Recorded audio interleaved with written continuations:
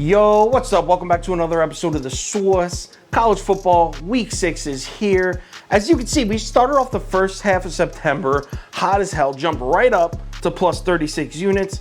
Since then, we've been just hovering. Haven't gained anything, haven't lost anything.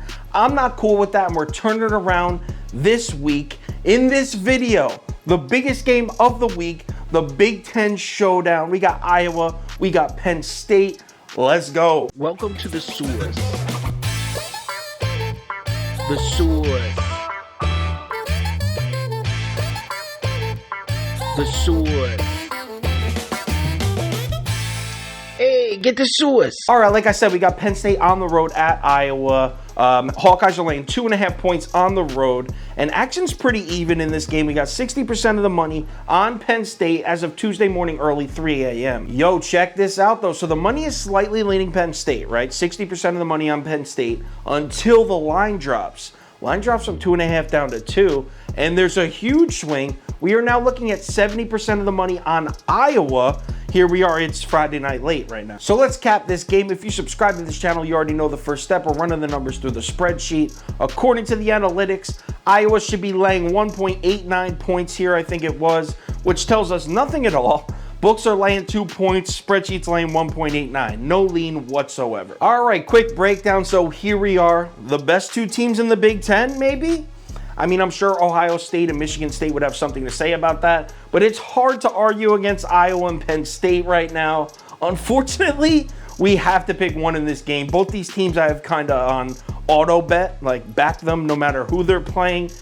We have to pick one here. So what do we know about the Iowa Hawkeyes? Well, we know they play great defense. They force you into down and distances that you don't want to be in. They make you force throws that you don't want to make, which leads to game-changing turnovers and big wins. Yeah, they've been blowing teams out. Now, Penn State does not turn the ball over, which is huge news for the Nittany Lions. I believe they only have 3 turnovers all season. If you've watched any Iowa Hawkeyes this year, you know that you have to protect the football to have a chance against this team. But as far as Penn State's offense goes, the running game isn't quite where it needs to be. They can run the ball, but not nearly enough to make Iowa's defense sweat. There's going to be a ton of pressure on Sean Clifford in this game to make plays. Now, look what Sean Clifford did in week 1 against Wisconsin. And this is important because Wisconsin's defense was a blanket on Penn State, but Clifford was patient. Clifford didn't force anything. In fact, they went into halftime 0-0 in that game. No score at all in the first half. Then right after halftime, in Penn State's first drive,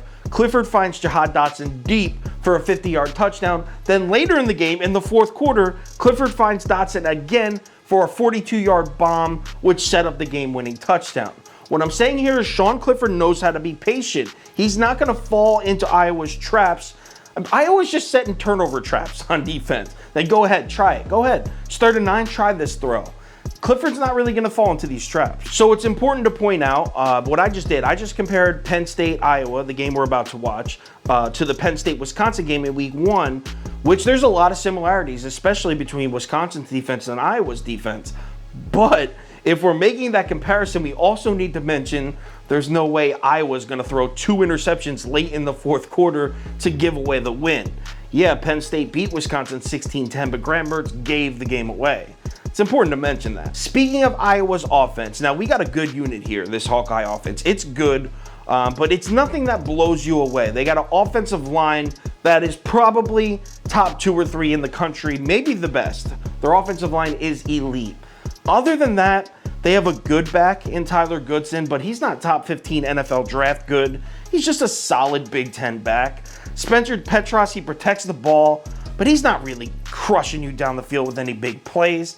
Basically, the whole Iowa strategy on offense is manage the game and don't lose it because the defense is going to make some big plays and win it for them. Yes, I think this Iowa defense is that good. They play physical as hell and relentless for 4 straight quarters. The question is it enough to stop Jahad Dotson, Sean Clifford, that connection? Is it enough to stop that? Because although Iowa's beat some good teams on this streak they've had that's lasted almost a year, I got to say that this Penn State team will be by far the best team they've seen during that streak. This is an insanely tough game to pick. You got 2 of the best teams in the country. I can see either one winning. To me, the X factor in making a pick in this game is the fact that it's being played in Iowa If you look, Penn State's only played one road game this entire season, and they didn't even look that great in it. So that's the X factor. I'm going to lean towards Iowa there. Give me the Hawkeyes -2 here, and I know Sean Clifford to Jahad Dotson, that's going to be a tough connection to stop, but Tagovailoa to Demas Jr., it was also supposed to be impossible to stop, and Iowa won that game by damn near 40 points. I know Demas Jr. got hurt early, but still, they had control of that game from the jump. I refuse to fade this team right now. Give me Iowa -2. Let's lock it in. I'm putting it on the ticket, but it probably doesn't make my top 7 bets. There's just way too much value on the board today to try to force a crazy good game like this in there. I'll put it on the ticket, maybe for a 0.75 unit play, something like that. Speaking of which, final ticket posted on KyleKirms.com at 10:30 a.m. Eastern time. It'll have my bet of the day, top 3 bets, top 5 bets, top 7 bets, parlay of the day, and every single bet I'm making for the entire Saturday in every sport. Make sure you check that out.